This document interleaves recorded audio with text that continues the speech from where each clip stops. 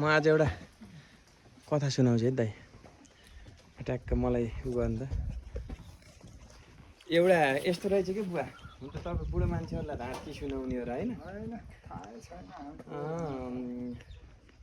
एउटा मान्छे रहेछ गरे एउटा चाहिँ काल्पनिक कुरो जस्तो पनि र अहिलेको घटिरहेको घटना पनि एउटा मान्छे चाहिँ एकदम म जस्तै भनौँ न म जस्तै एउटा मान्छेले म चाहिँ यो अहिले चाहिँ उमेरमा ट्याक्क पैसा कमाउँछु सिधै जान्छु पैसा कमाउँछु 8-10 वर्ष आनन्दले पैसा कमाएर ड्याममा पैसा ल्याइसकेपछि आनन्द यस्तै गाउँको यस्तै यही परिवेश छ नि आनन्दको शीतल मौसम होस्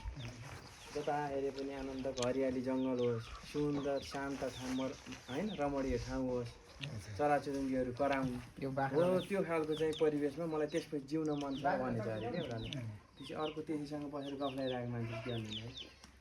म पनि अहिले ठ्याक्कै त्यही परिवेशमा बसिरहेको छु मेरो गाउँमै घर छ गाई बाख्रा पालेको छु बस्तु बाउ छन् गाउँमा चराचुरुङ्गी कराउँछन् हरियाली जता हेरे पनि आनन्द चिन्ता केही छैन बिहानदेखि साँझसम्म आफ्नो फुर्सदी टाइममा काम गर्छु सबै कुरा आफै उब्जाउँछु खान्छु होइन म त्यही जीवन जिइरहेको छु मलाई पुगिरहेको म लास्टसम्म यसरी नै मलाई पुग्छ भनेछ अरे कि होइन भनिसकेपछि अहिले हाम्रो जस्तो दुईवटा परिपाटी छ नि अहिले ठ्याक्कै दुई तरिकाले मान्छे जिइरहेको एउटा जस्तो यही परिवेशमा यसरी हामी तपाईँको चाहिँ आफूले पुग्ने खाने सबै फलाहाम उ गरेछौँ सबै खाइरहेछ स्वस्थकर खानपिन गरिरहेको मान्छे फेरि दौडिया छन् बाहिर भनेपछि पैसा कमाउने भनेछन् लास्टमा मान्छेलाई के चाहिने रहेछ भन्दाखेरि आनन्द चाहिने रहेछ नि त त्यहाँ तैँले बेस्ट सोचेर रहेछस् कि मैले बेस्ट गरिरहेको रहेछु ल भन् त भनेर भनेको कि त्यो अर्को मान्छेले अनि त्यसपछि हुन्छ तपाईँ भनेको नि ठिक हो भन्थ्यो अरे कि होइन त्यो गर्दाखेरि चाहिँ आफूलाई हो नि त मान्छेको जीवन त्यही हो आफूलाई के मनपर्छ त्यही गर्ने हो कि तर वास्तवमा यही परिवेश नै लास्टमा मन पराउने हो भने यही परिवेशमा बाँचे त भइगयो त होइन हो कि कस्तो लाग्यो हजुरलाई हो नि कुरो त हजुरहरूले यो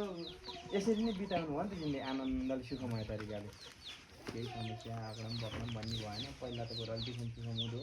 अहिले सबै कुरा नजिक बाटोघाटो सबै नजिक होइन त्यस्तो छ अनि के भयो त